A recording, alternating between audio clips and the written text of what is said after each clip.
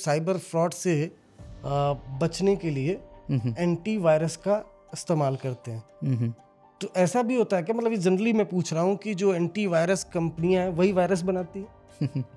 ये आपका सवाल नहीं है, ये बहुत सारे लोगों का सवाल है। लेकिन मेरा मानना है कि ये एक गलत धारणा है। ऐसा नहीं है।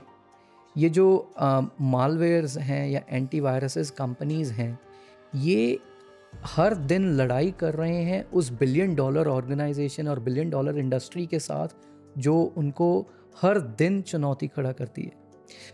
जो एंटीवायरस कंपनीज़ हैं या फोरेंसिक एनालिसिस कंपनीज़ हैं, इनको ऑलरेडी इतना बिजनेस इनके पास है ये कि इनको टाइम नहीं है कि वो वायरस को सीड कर सकें या प्लांट कर सकें।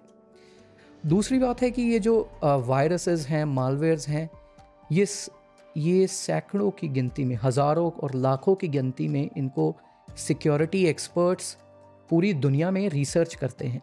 इनके ऊपर एक भी अगर मालवेयर सैंपल मार्केट में आता है तो उसको रिसर्च किया जाता है और बड़ी आसानी से पता चल जाएगा कि अगर किसी कंपनी ने ये खुद क्रिएट किया है तो फिर उस कंपनी पर जो रेपुटेशनल डैमेज है वो ऐसा होता है कि उनका सारा बिजनेस स्टेक पर आ जाता है। तो ये बहुत मेरे हिसाब से गलत है ये सोचना कि जो वायरस कंपनीज़, एंटीवायरस कंपनीज़ हैं वही वायरस बनाती हैं। बट इसका अगला क्वेश्चन होगा कि फिर ये एक्चुअली कर कौन रहा है? तो ये वही $1 बिलियन ऑर्गेनाइजेशंस हैं, जैसे मैंने आपसे बात की, जो इस पे काम कर रहे हैं।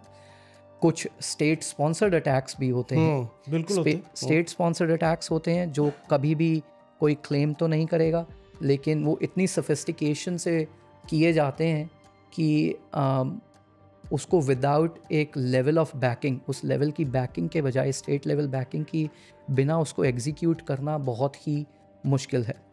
और कुछ हैक्टिविस्ट या इंडिविजुअल भी हमेशा रहते हैं जो कि बहुत ही छोटी परसेंटेज में होते हैं, जो रिवेंज के तौर पर, शौक के तौर पर भी ये करते हैं, लेकिन उसकी जो परसेंट है वो बहुत कम है अगर आप ग्लोबल स्केल पे बात करें। तो मुझे नहीं लगता कि एंटीवायरस कंपनीज़ ही खुद वायरस सीड करती हैं या उनके पास ये टाइम है।